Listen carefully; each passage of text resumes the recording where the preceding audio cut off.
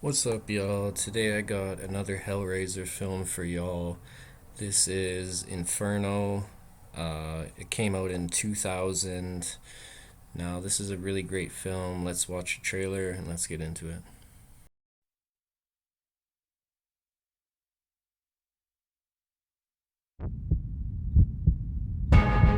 All hell is about to break loose again.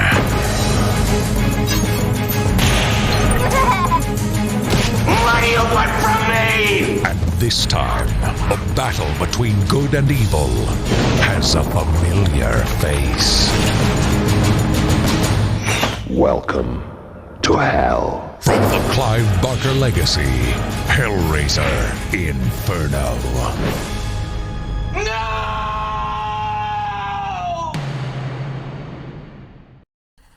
Alright, y'all, we're back in this world of Sinematics. It's your boy Diego. Today I got Hellraiser Inferno for y'all. This is number 5 in the Hellraiser series. It was released in October 2000. This one went straight to DVD. Unfortunately, it was not in theaters, but I do think it's a really good movie still. Directed by Scott Derrickson.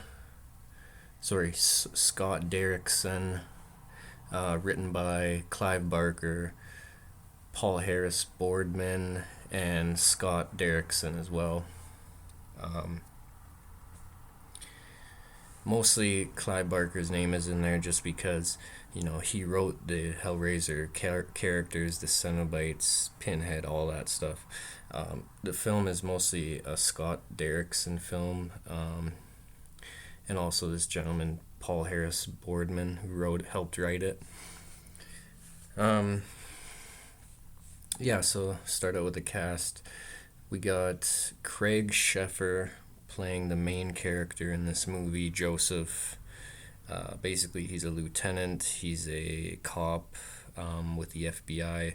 He's a detective with the local police force. So, he's not quite in the FBI, but he's pretty high up there among his local district in the police force. Just a great performance by Craig Sheffer in this movie. I feel like he does a character well as like a stand-up, take no shit type badass cop. He's got a lot of depth to him in this role. How his emotions and his vices, his struggles of the flesh come back to kind of beat him in the to come back to kind of stab him in the ass. It's just an interesting movie. There's a lot of depth to this one, and I don't think you would have a look at this movie poster and think, oh yeah, this movie's gonna be really fucking good with a lot of thought-provoking, deep stuff going on in here. But it is, so yeah, back to the cast. We got Nicholas Turturro as Tony. I love this guy. He's a classic actor. I love him in I Now Pronounce You Chuck and Larry. This guy's really funny as a gay guy on the police force. But yeah, he's great in this movie too. He's in a more serious role here as Joseph's partner. Yeah, next we got James Remar as Dr. Gregory, Doug Bradley, of course, as the legend Pinhead, Nicholas Sadler as Bernie, Noel Evans as Malene, Matt George as Leon. We got Michael Seamus Wiles as Dr. Parmagi, Sasha Bareilles as Daphne. I think she's a prostitute in this film. more on that later. And Lindsay Taylor as Chloe. Yeah, so those are the cast I'm gonna mention. It's just a very interesting movie with a lot to get into. So basically, it's the movie starts out, as this guy, Joseph. He says he's very into puzzles, and the movie starts out with him playing chess. So he's a deep thinker. He loves being in control. He's a problem solver. That's why he's a detective. He loves getting to the bottom of things. He really finds an interest in things and enjoys figuring things out. So kind of like a, shall I say, puzzle master, or you know, someone that loves to solve puzzles or solve riddles. A deep thinker, critical thinker. Yeah, and the movie starts out, he's a really good detective, and he's, like I said, he's at the top of the local police force as a detective. But I like how the movie is transparent, and it shows that this Joseph guy, even though it seems he has it all together, he's struggling in his own vices as well. He's doing cocaine throughout the movie. He's doing women, just cheating on his wife with prostitutes, and yeah, his justification is, as long as he goes home to his wife and stays together with her, so she doesn't freak out when he leaves her, everything's okay. But yeah, I found it interesting. Right after, he cheats on his wife with this hooker, things start going to shit for him, and it's just a deep movie. There's more to this one than meets the eye. I'd say Craig Sheffer was really good in this as well. The Cenobites really were interesting. Some of the monsters they had in this thing, and yeah, I like how they didn't show Pinhead too much in this one, like they did in the third and fourth films, in my opinion. Maybe a little bit too much in the second one as well. But no, this one was good just because they keep Pinhead kind of hidden throughout the movie. I think he pops up maybe in the beginning, and then he doesn't pop up till the very end. So it's really good. I like how this movie also can be a standalone movie. You don't have to watch any of the previous Hellraisers to understand this one. Everything's kind of explained and kept within this plot, this storyline within the movie.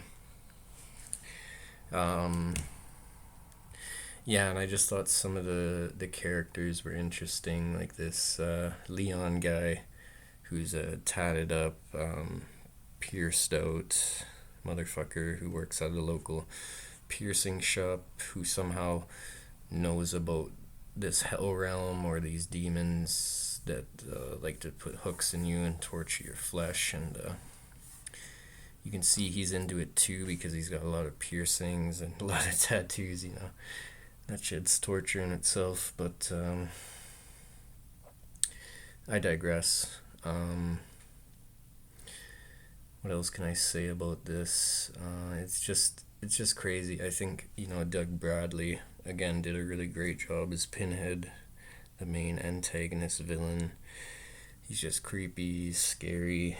He's got a lot of good quotes in this film. I like how Joseph was just a badass kind of guy who didn't like showing his emotions, but he's willing to muscle up any criminal or any punk to get answers and get what he wants out of them. And I like how this movie had real life aspects of the struggles people go through being in a professional career. Like, people might be stressed out from work, so they use cocaine, alcohol, cigarettes, whatever it may be, ordering prostitutes, whatever. Yeah, it's just a really deep movie. Like, I wouldn't say it's too deep, but it definitely surprised me. There's a lot of good lessons in this movie that you could learn and you can apply to your own life, and learn that you kind of build your own life whether you like it or not. The things you do, the choices, the decisions you make in this life kind of set you up for failure or success. So yeah, it's important to keep that in mind, and this movie really drives that fact home. I mean, generally speaking, that is true for everyone on this earth. We just got to make the most of this life we're given, and hopefully we do a good job and get a good life at the end of it, or as soon as possible, really.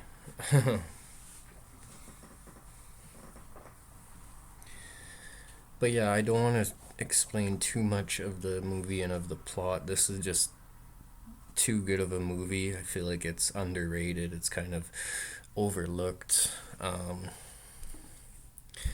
Again, I'm a big Hellraiser fan, so I might be a bit biased, but no, I think a lot of people will enjoy this movie. I think this blows the fourth installment out of the water, really. I like this one a lot better. Yeah, I'd say give it a watch. Some of the things in there didn't really make sense, but it's a supernatural horror thriller, so hey, I'll take it. I will excuse those moments that were kind of shaky. Sometimes you don't know if he's dreaming or not, or what the point of something was, or it's just a little shaky, some of it. So again, this movie is not gonna be, it's not getting a crazy good rating, but I feel like it's just one of those ones that you gotta watch and you gotta understand the kind of hidden meaning behind it, or the deeper meaning. It's not just a guy that randomly gets hell sent his way. He's been doing a lot of wrong to people, and a lot of wrong to himself and his own character, so it kind of comes back to bite him in the ass.